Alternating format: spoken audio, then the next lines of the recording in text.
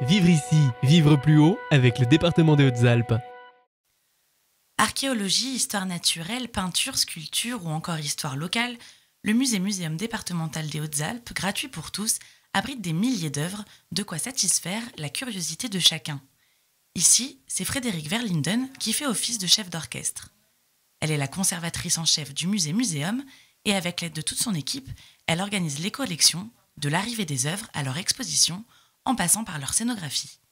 Je compare souvent le musée à un hôpital, c'est-à-dire que quand une œuvre rentre ou quand un bien rentre dans le musée, il faut qu'on l'amène le plus loin possible. Ça veut dire qu'il faut qu'on le soigne, ça veut dire qu'il faut que nous l'entretenions. Et celle-ci résume assez bien ce qu'est le musée, c'est-à-dire que c'est un humain, un visage humain qui se questionne. Il n'a pas une personnalité, on ne peut pas dire qu'on va le reconnaître. Il représente vraiment l'humanité en général. Il n'est ni féminin ni masculin. Et puis il y a un arbre qui pousse dans sa tête. Et cet arbre porte plein de choses dans ses ramages. À la place des feuilles, il y a plein d'objets. Eh bien, le musée, c'est un petit peu ça. C'est-à-dire, c'est plein de branches, plein de ramifications, plein d'objets.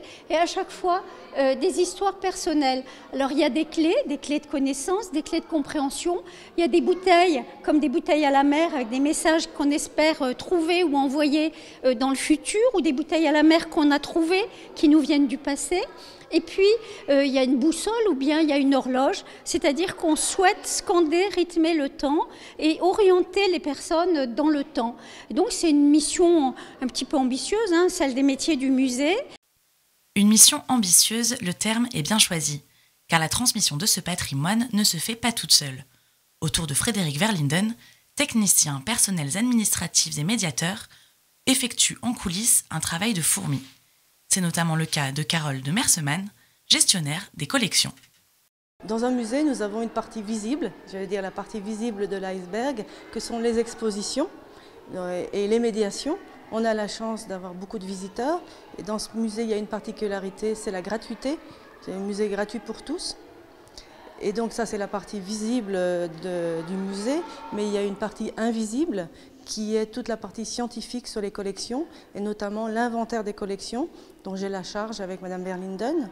Il faut savoir que chaque objet, chaque sculpture, chaque peinture, chaque dessin ont un numéro d'inventaire, comme vous avez votre numéro de sécurité sociale. Chaque œuvre a son numéro d'inventaire, qu'on donne les numéros d'inventaire.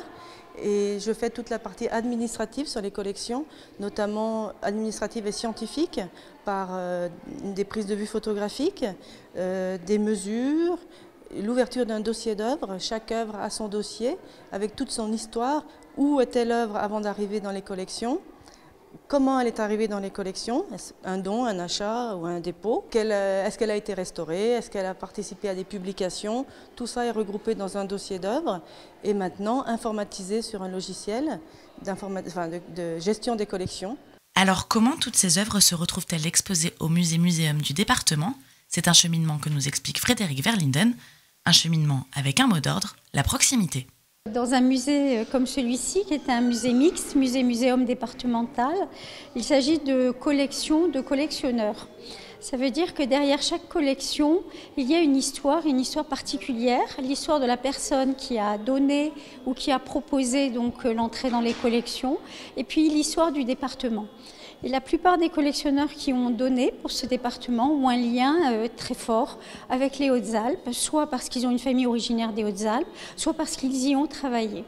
Ce qui veut dire que dans un musée comme celui-ci, on va trouver donc des collections traditionnelles, c'est-à-dire des collections beaux-arts, des collections d'archéologie, des collections d'ethnographie, mais aussi des collections plus particulières, la numismatique, des collections encore plus particulières, le muséum, donc avec des herbiers, des animaux naturalisés, des insectes, et puis nous sommes au XXIe siècle et donc la création ne s'arrête pas et donc une création contemporaine qui questionne la société, qui questionne la vie d'aujourd'hui.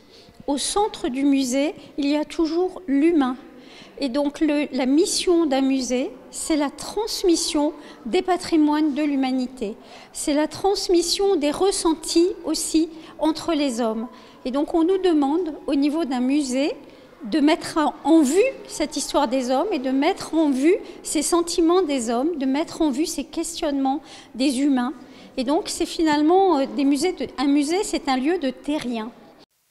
Avec son service des publics, le musée-muséum tâche de travailler avec tous les visiteurs, du particulier au groupe préconstitué, mais également avec les enseignants des écoles du département, pour que la transmission du patrimoine haut-alpin se fasse dès le plus jeune âge.